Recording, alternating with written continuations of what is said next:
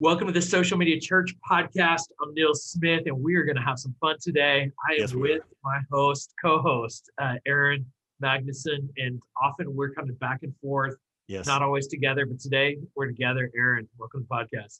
Hey, thank you. It's always a good day. It always saddens me a little bit. There's been some really, and our listeners know this, there's been some really fun guests on that we've had lately. Yep. And I always have to start it by saying, and I'm not joined today by my co-host. So I'm really glad that we're together. And it is just us, which is also still worth listening to, guys. It's not just the voices we bring on, but it's also our voices that matter in your hearts as well. So Nils, what are we talking about today? So you and I too, I mean, I think to bring our listeners in, like, what's fun about our conversations is you and I are finding more and more opportunities to overlap in different things in different areas. And so Yes. we're kind of like, well, let's talk about that on the podcast, or let's talk about that. And so today we're going to talk about NextDoor. Now, Yes. this is something you and I have not talked at all about that I'm Nope. aware of, other than 5 minutes ago when I was like, hey, what do you think? Do you know anything about NextDoor? So Yes. here's where this conversation comes from is I just moved to Roosevelt Island here in New York City, which is a little like weird island between Manhattan and Queens. Yes. And we literally, the day we got here, I didn't have internet. I had a really big meeting the next day, and I was like, I gotta figure out internet. So I get on Nextdoor and ask people like, where can I get internet here on the island because my internet's not working. And like people were like, I can run a wire from my apartment to. Oh, that's It legit. was crazy, but like, Nils, hold on. Let me get this straight. Yes. Your first thought Yes. was to go to this app called Nextdoor to ask your neighbors where to get Wi-Fi? Yes. Well, I don't know if it was my first thought, but it was just like I was in panic mode Right. because we were supposed to have internet working in our apartment, and I was just like, I don't know what to do. And so I went on Facebook, I went on Nextdoor, and honestly, I've used Nextdoor quite a bit, but I didn't really anticipate help. I was though more in panic mode, and I was like, I don't know what else to do. And I know Nextdoor is super hyper local, Yes. and because we're still in like a quarantine, challenge here in New York, it I can't just go to coffee shops, Right. and so people jumped in, and so on the call the next day was with Hillsong here in New York, and they were like, and I was like, I'm sorry, my internet's having problems. I was having to use a hotspot, but my neighbors helped me from Nextdoor, and they're like, what's Nextdoor? And so I told them like Nextdoor is like this neighborhood app. You guys don't know about it, and Katie and I have been using it for probably a year and a half, 2 years, and Actively?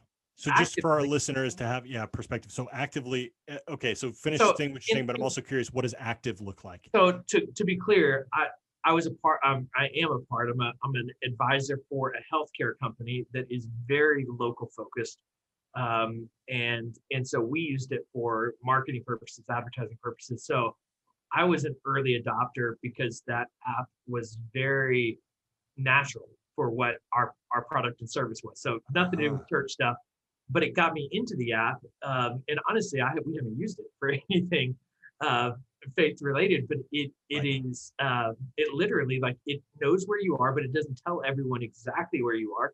Right. And we'll say things like, hey, where's a good place a good dentist in the neighborhood? And people will chime in.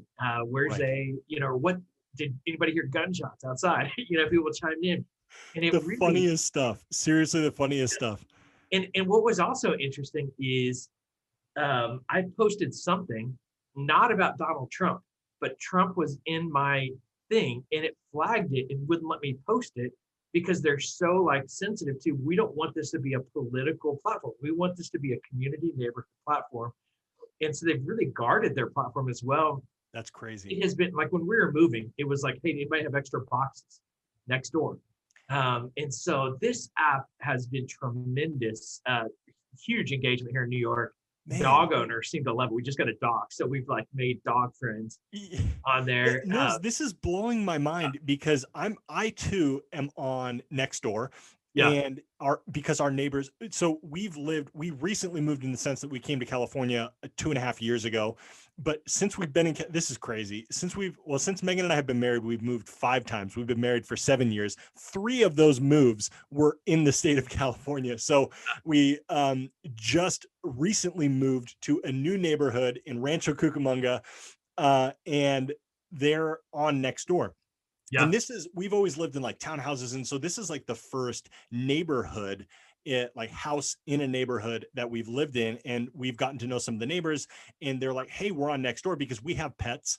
We have a cat and 2 dogs. And Nils, the size of our dogs is different. I'll let you guys determine that by following us on Instagram. And more so, follow Coming to New York City, Nils' wife, Katie, on Instagram. You'll see a lot more of Dolly there. But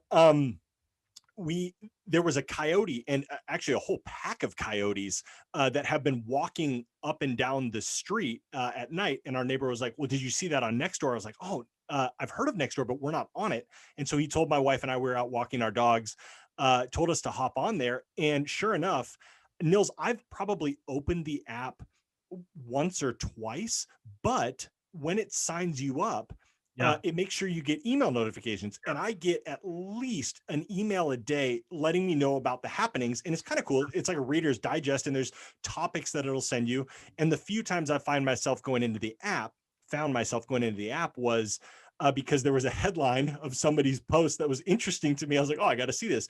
But Yeah. it's hyper localized. So you know that this is happening where you live, where you're walking, when you go outside, the stuff that's being talked about is happening right there.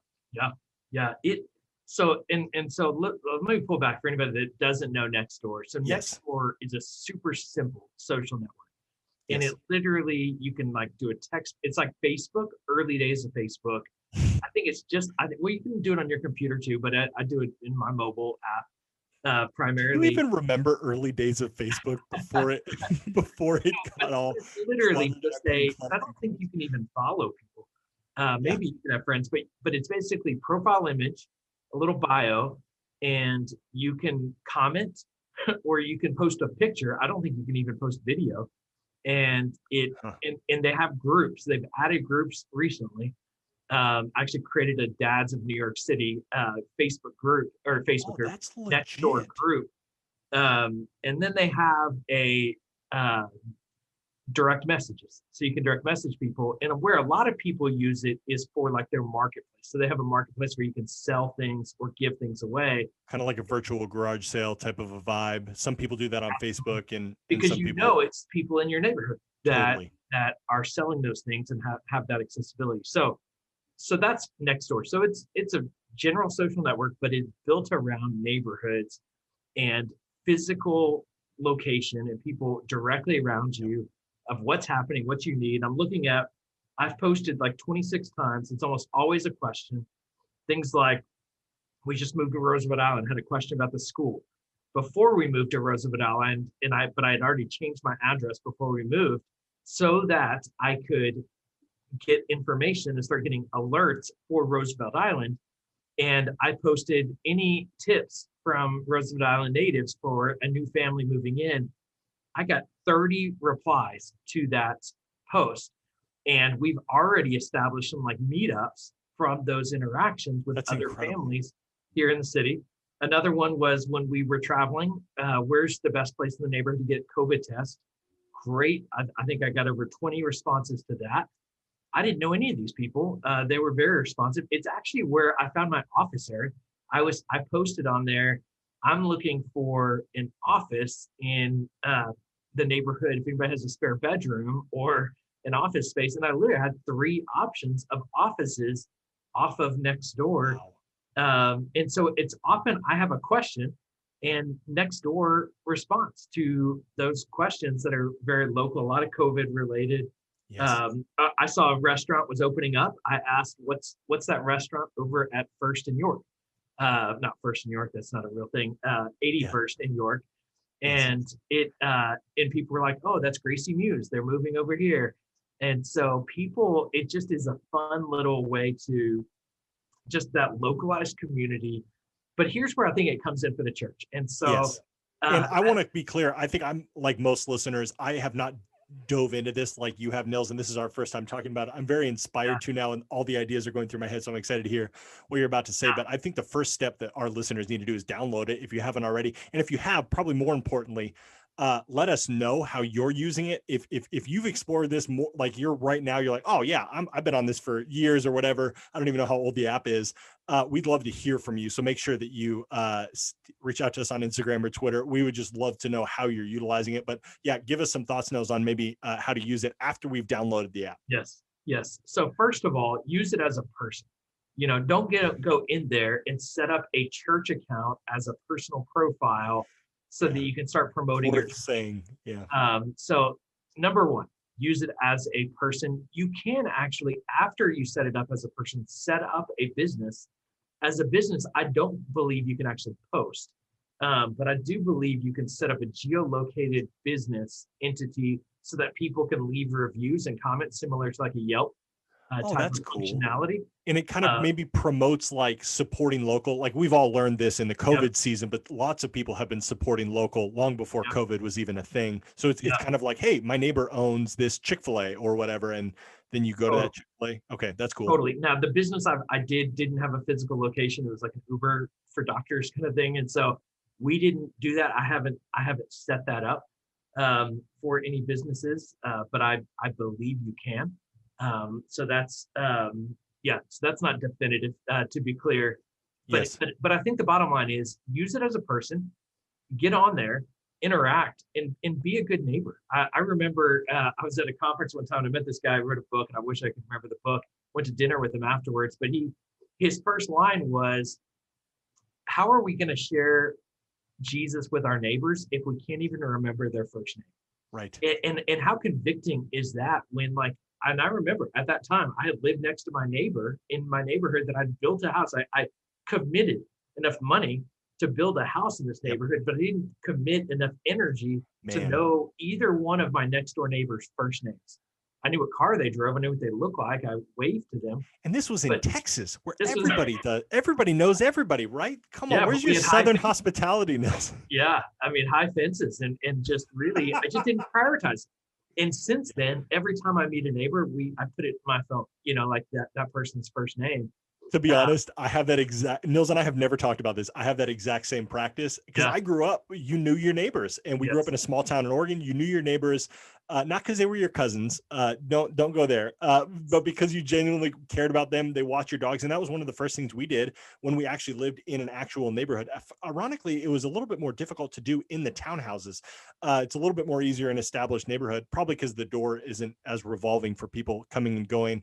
But, yeah, like having that practice. And I think what I've always craved is, but how does that happen online? Like, do you have to get their Instagram handle when you introduce names? Like, and NextDoor provides that option of the best of both worlds, where you want to be intentional with your neighbors, but you also need to understand the day and age that we live in. And so it's really interesting how NextDoor has like filled this gap of social network, but also nothing outside of the practicality of those around you.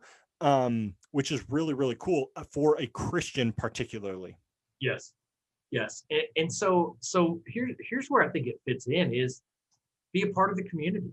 Yes. And so when somebody asks what's going on at the school, or if there was a shooting, respond to them. Be a part of a community and build relationships. And then when people say we're going to do an outside fitness group, go join the outside fitness group and build a relationship. When people need help and they need help moving, go help them move. Don't just offer some free boxes. Go and help them move a box or two. And so I think the number one way a church should use NextDoor, or a pastor should use NextDoor, is to use it, be a person, and get to know your neighbors. Now, simultaneously, I think you can model that, and your church members teach them to go use. Just like, I remember Austin Stone Church in Austin, Texas, did this years back of go use meetup.com. Go join a dog park in, Austin meetup group. Or go join a Frisbee group if that's your interest, and build a relationship. And NextDoor is just like, it's a great place to build a relationship and just serve your community. And so what I've tried to do since is, instead of just asking questions and getting answers, I've tried to be intentional to just get on and give back to the community by answering other people's questions that I might be able to help with, rather than just be a leech to take answers from people, but not give answers to Yes, people. that's And right. then and then I want to give two other options here. Yeah. Is the second thing I think you can do is beyond doing relationships is advertising.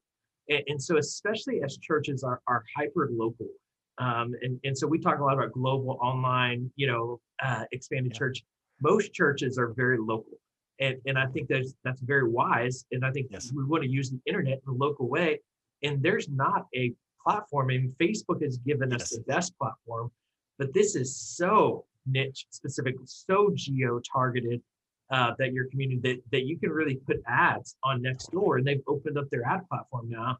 And so I think it's a great advertising opportunity for churches. It's the Nils, it's the perfect marriage, right? We've Yeah, talked about how do you broadcast your, with all of COVID, we've been talking about how do you broadcast live versus on demand, all that, right? That's the product. But yeah, then how do you invite somebody over to your house? Well, this provides you the solution for what you do with the online product that Nils yeah, and I are so passionate about.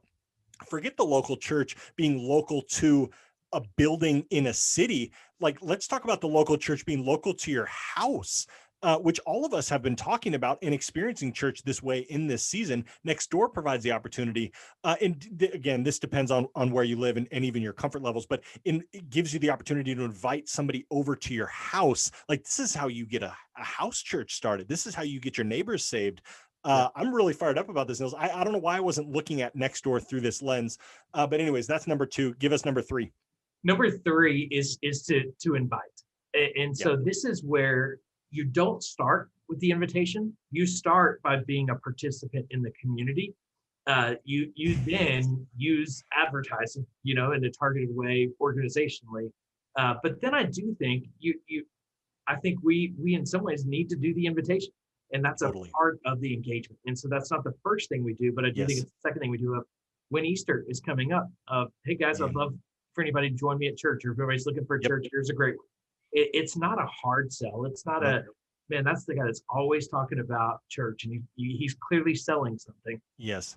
It's not that. It's that intentional, be engaged and be a part of And the you said they community. have a DM option as well. I mean, that's even, you Yeah, don't have to be preachy about it. You just see someone that needs it and you can slip into their DMs just like you would on Instagram. 100%, 100%. And I Yeah. think and I think people will even see it in your profile. They'll see that you go to church. Sometimes you don't have to be so forward with it, but I do think we don't want to be too passive with it either. Yeah. And so I think, look, this is a really, like, I think as pastors and ministry leaders, we need to model how to effectively engage on social media. It's a good And word. when we're annoying about it, our church members are either going to knee jerk and say, I don't want to look like the pastor, or like they're gonna act like you too and be annoying about it.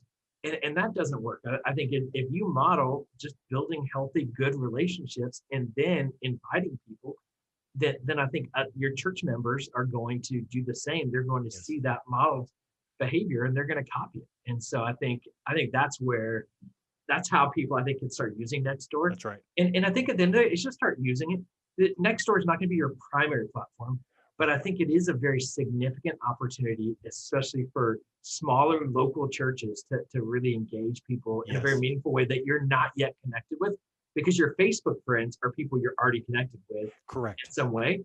And so this is a way that it's literally connecting you to people Yep. that you're not probably connected with at Yep. all, This can lead to in a Facebook very real friends, way. LinkedIn friends, Totally. Instagram followers. Like this leads to that. And then which Yes. are a little bit more intimate, a little bit more personal. And it just continues to develop. It's kind of that upstream version Yeah. of, the social network kind of pathway. Nils, I'm curious. Yeah.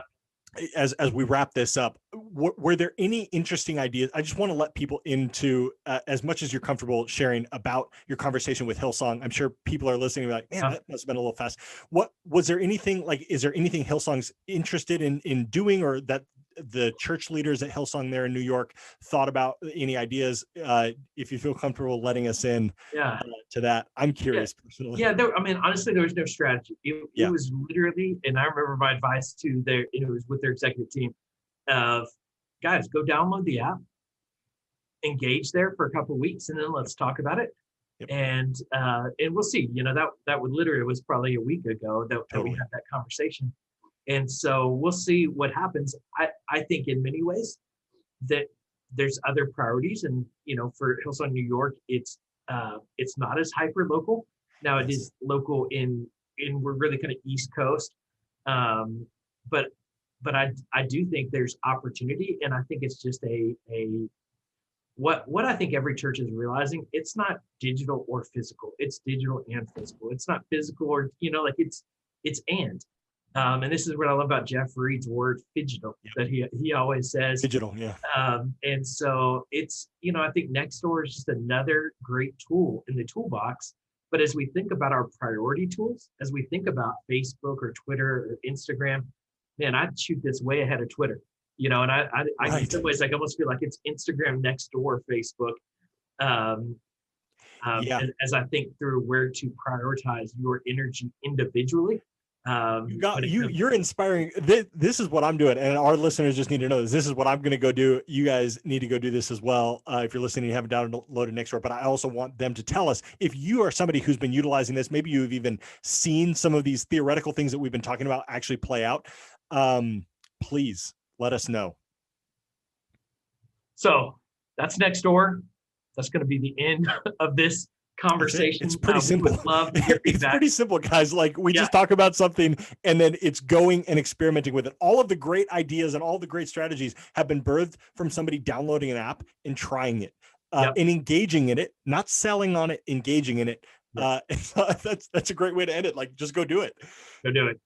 And go subscribe to the podcast. Yes. If you haven't already subscribed, and go leave a rating and a review if you haven't left a rating and a review, and go to socialmedia.church and make sure you're on the email list. We give you a free, I don't even know what's on there right now, but we give you free stuff. This podcast is free. We are all about serving and supporting the church, and we hope this was beneficial to your ministry and to help you accomplish your goals. So thanks for listening, and we'll talk to you again on the next episode.